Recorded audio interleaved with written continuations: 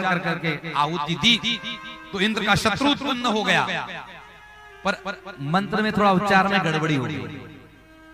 इंद्र से मरने वाला पुत्र उत्पन्न हो गया, इंद्र को मारने वाला चाहिए था, पर इंद्र से मरने वाला वृत्रासुर उत्पन्न हो गया। वृत्रासुर हाहाकार करके स्वर्ग पर चढ़ गया। अब ये इंद्र के वज्र को खा गया। क्यों? ब्राह्मण पुत्र है, भले राक्षस है तो क्या हुआ, पर ब्राह्मण पुत्र होकर के जन्मा है। हाहाकार करके उसने समस्त स्वर्ग को निगलना चाहा, इंद्र छोड़ करके भागा है। और शरणागति किसके लिए? ब्राह्मण से बचने के लिए ब्राह्मण की शरणागति लेनी पड़ेगी, नहीं तो कोई बचाएगा नहीं। दधीचि ऋषि के पास गए और दधीचि ऋषि को निवेदन किया। दधीचि जी ने अपने अस्थियों का दान कर दिया। तो ब्राह्मण सिर्फ दान लेने में आगे न रहे, ब्राह्मण दान देने में भी आगे रहना चाहिए। दधीचि ने अपने अस्थियों को दान कर दिया जगत के कल्याण के लिए। हम आप कुछ अर्पण नहीं कर सकते, कितनी कठिन स्थिति है। लोग कहते हैं ब्राह्मण लेने वाला नहीं, ब्राह्मण देने वाला भी है। पहले ब्राह्मण देना सिखाता और फिर लेना सिखाता, इसलिए पहले ब्राह्मण देता रहे। तो महाराज दधीचि ऋषि के अस्थियों से बड़ा वज्र बना, वृत्रासुर का वध हुआ। वृत्रासुर ने रणांगन के मध्य में भगवान की स्तुति की है। अब यहां पर प्रश्न आया, श्री परीक्षित जी ने पूछा कि बार बार भगवान दैत्यों को मारते हैं और देवताओं की मदद करते हैं, तो भगवान में ऐसा भेद क्यों है?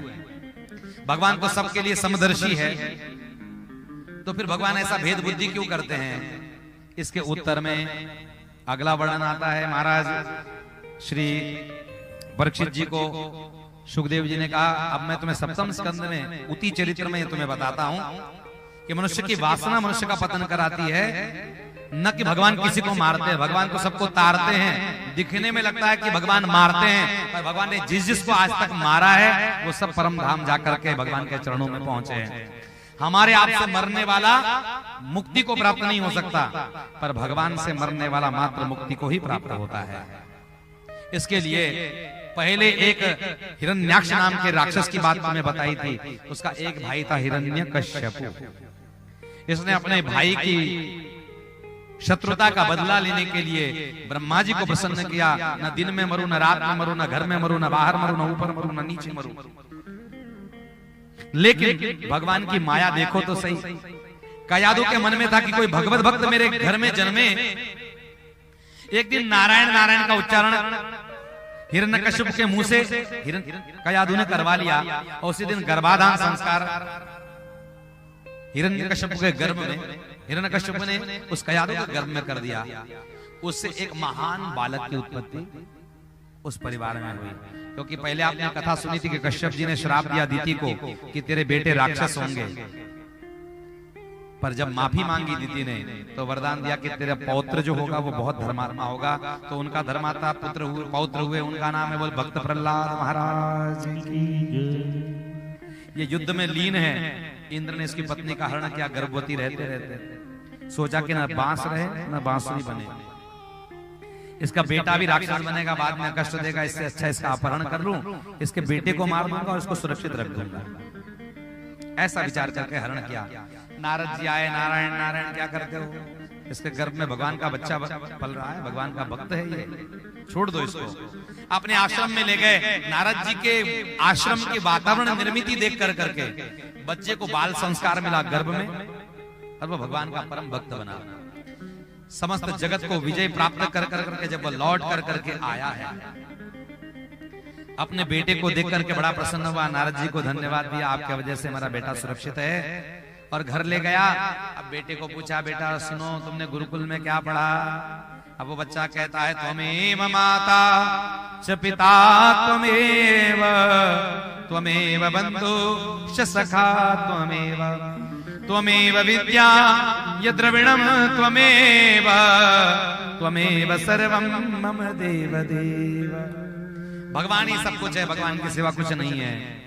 अरे ये बच्चा तो बिगड़ गया है, इसको अच्छी पाठशाला में डालो, इंग्लिश मीडियम में डालो इसको। ये संस्कृत पाठशाला में अच्छा पढ़ाई नहीं देते, इसको इंग्लिश मीडियम में डालो।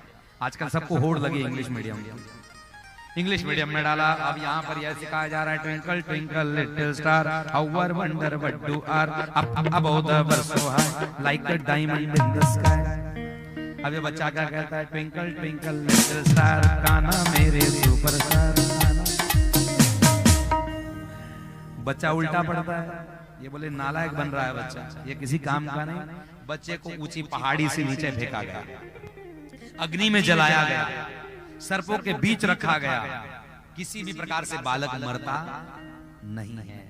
जब बच्चा नहीं मरता है तो होलिका ने कहा मैं बुआ हूं, गोदी में लेकर के बैठूंगी और भैया इसको स्वाहा कर दूंगी।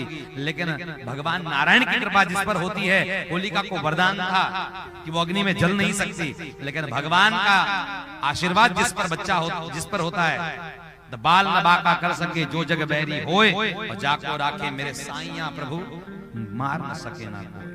इस संसार में कोई नारायण की कृपा के बिना बाल बाका नहीं कर सकता। होलिका जलकर के भस्म हो गई। इसलिए आज भी हम गाते हैं कि दिल में होली जल रही है, होली जल गई और बालक का रक्षण हुआ और भगवान के भक्त का कल्याण हो, इस भाव को लेकर के रंग बिरंगी होली आज भी हम खेलते हैं कि हम कृष्ण नाम के रंग में रंग जाए, राम नाम के रंग में रंग जाए।